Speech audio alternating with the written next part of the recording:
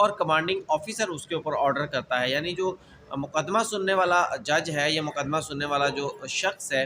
یا افسر ہے، اس کے پاس اختیار نہیں ہوتا کہ وہ فیصلہ کرے، اور فیصلہ کرنے کا اختیار جو ہوتا ہے اس کے کمانڈنگ آفیسر کے پاس ہوتا ہے۔ تو اس پر وکیل خواجہ حارث نے کہا کہ میں اس حوالے سے مزید تفصیل پوچھ لوں گا، لیکن ان کی معلومات میں کے مطابق ایسا نہیں ہوتا، جو شخص مقدمہ سنتا ہے وہی فیصلہ کرتا ہے۔ وکیل خواجہ حارث نے کہا کہ اسپیشل قانون جو ہے، جب اسپیشل حالات ہوں اور اسپیشل طریقہ کار اور اسپیشل قوانین جو ہیں وہ ساری دنیا میں بنائے جاتے ہیں۔ جسٹس مندوخیل نے پھر ایک سوال اٹھایا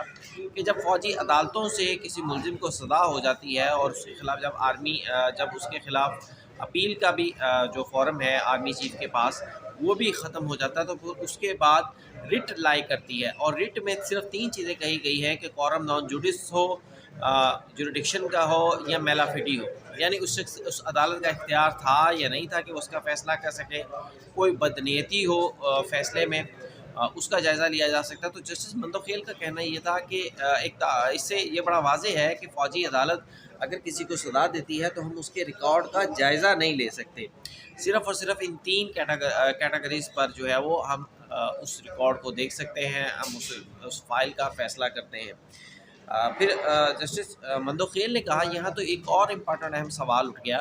کہ ہم مقدمہ تو سویلینز کا سن رہے ہیں، لیکن 7 سے 8 لاکھ ہمارے فوجی ہیں، اگر یہ تمام حقوق ملٹری کورٹس میں انہیں نہیں دیے جاتے تو پھر تو یہ مقدمہ ان کے بھی رائٹس کا بن گیا کہ آیا جو فوجی لوگ ہیں یا یونیفارمڈ لوگ ہیں، کیا ان کو بھی یہ تمام حقوق دیے جاتے ہیں یا نہیں دیے جاتے۔ پھر اس کے بعد جناب کلبھوشن کے مقدمے کا ذکر ہوا۔ وکیل خواجہ حارث نے کہا کہ کلبھوشن کا مقدمہ بھی فوجی عدالتوں میں چلا تھا، پھر اس کے بعد وہ عالمی عدالت میں چلا، عالمی عدالت نے بھی کلبھوشن کے حوالے سے جو فوجی عدالت میں مقدمہ چلایا گیا تھا اس کو تردید نہیں کی، بلکہ عالمی عدالت نے بھی فوجی عدالت کو تسلیم کیا۔ پھر مزید یہ کہا کہ ہاں ایک سوال جو بڑا امپورٹنٹ تھا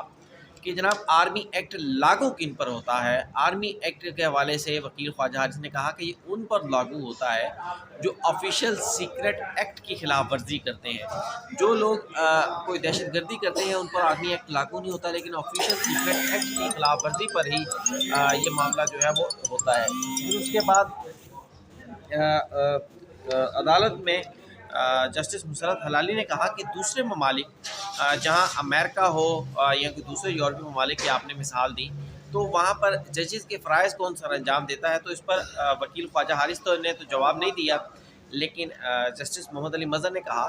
کہ فوجی افسران ہی فوجی عدالتوں میں ہمیشہ سے جج ہوتے ہیں، اور ان افسران جس پر وکیل خواجہ حارث نے کہا کہ ان افسران کو یوں ہی اپوائنٹ نہیں کیا جاتا، ان کے پاس ٹرائل کا بھی تجربہ ہوتا ہے۔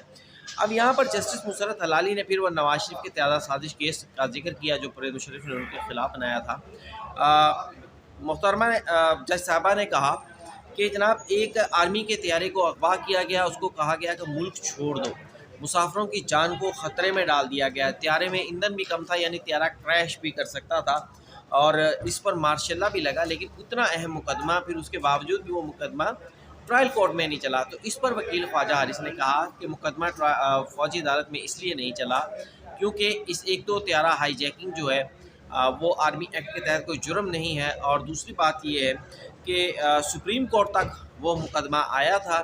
اور اس کے بعد سپریم کورٹ نے ہی اس فیصلے کو ختم کیا، اور سپریم کورٹ نے یہ بھی قرار دیا تھا کہ جہاز میں اتنا ایندھن جس طرح سے لکھا گیا کہ ایندھن نہیں تھا، ایسی بات نہیں تھی، جہاز میں ایندھن جو تھا وہ بھی کافی تھا۔ جس پر جسٹس مندوخیل نے کہا کہ آپ کے پاس یعنی حکومت کے پاس میجورٹی ہے، حکومت چاہے تو اب طیارہ سازش کیس کو بھی یا ہائی جیکنگ کو بھی اور 302 کے بھی فوجی عدالتوں میں ٹرائل کرنا شروع کر دے۔ پھر اس کے بعد ایک سب سے امپورٹنٹ بات کہ کہا یہ جا رہا ہے کہ 105 لوگوں کا مقدمہ ہی فوجی عدالتوں میں کیوں چلایا گیا، اس حوالے سے ایڈیشنل اٹارنی جنرل نے ایک انتہائی اہم بیان دیا۔ ایڈیشنل اٹارنی جنرل نے عدالت کو یہ بتایا کہ مجموعی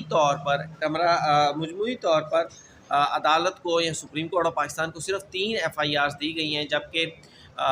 ملٹری اس پر حملہ کرنے والوں کی تعداد ان کو جو تھی مجموعی طور پر 35 FIRs تھیں، اور ان 35 FIR میں سے صرف 3 FIR جو ہے سپریم کورٹ آف پاکستان کو فراہم کی گئی ہیں، اور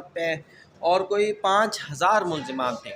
اور ساتھ انہوں نے یہ بھی کہا کہ ان 5000 ملزمان میں سے 105 ان ملزمان کو چنا گیا جن کے خلاف ٹھوس شواہد تھے، جن کی ان موقعوں پر ان حملوں میں موجودگی کے تمام شواہد موجود تھے، اور جن کے حوالے سے ہر طرح سے ثابت شدہ تھا کہ یہ لوگ 9 مئی کو ان انسٹالیشنز پر حملہ کرنے والوں میں شامل تھے، یعنی جن کے خلاف ٹھوس شواہد تھے، صرف انہی کے خلاف ہی فوجی عدالتوں میں مقدمہ چلایا گیا۔ اب یہ بڑا امپورٹنٹ سوال تھا، ہمیشہ وہ پوچھا جاتا ہے، تو اس پر جو ہے وہ آج ایڈیشنل اٹارنی جنرل نے بھی جواب دے دیا۔ پھر اس کے بعد اس مقدمے کی مزید سماعت جو ہے وہ اس کو آئندہ پیر تک کے لیے ملتوی کر دیا گیا۔ اس کے ساتھ ہی آپ کو یہ بھی بتاتا چلوں کہ ختیجہ شاہ کے خبر پر بھی ہم بات کریں گے۔ ختیجہ شاہ جنہیں جیل اصلاحات کمیٹی میں شامل کیا گیا تھا chief justice of Pakistan Yahya Khan Afridi کی جانب سے، انہوں نے اسلام آباد ہائی کورٹ میں ایک درخواست دائر کی تھی ان کی وکیل آمنہ علی نے کہ جناب ختیجہ شاہ کے خلاف مقدمات کی تفصیل دی جائے اور انہیں ہراساں نہ کیا جائے، تو اسلام آباد ہائی کورٹ نے یہ حکم دیا ہے کہ ختیجہ شاہ کو آئندہ سماعت تک ہراساں نہ کیا جائے۔ آئندہ سماعت کے بعد پتہ نہیں کیا ہوتا ہے، بہرحال آئندہ سماعت تک ہراساں نہ کیا جائے۔ اس مقدمے کی مزید سماعت جو ہے وہ آئندہ ہفتے تک کے لیے ملتوی کر دی گئی ہے، اور اس میں ریکارڈ اور پولیس سے جواب بھی طلب کر لیا گیا ہے۔ چیف جسٹس عامر فاروق نے اس مقدمے کی سماعت کی ہے۔ تو ناظرین آج کے لیے اتنا ہی۔ ولاگ کے حوالے سے کمنٹس میں ضرور بتائیے گا، چینل کو لائک، سبسکرائب اور ویڈیو کو شیئر کرنا بالکل مت بھولیے گا۔ اجازت دیجیے، اللہ حافظ۔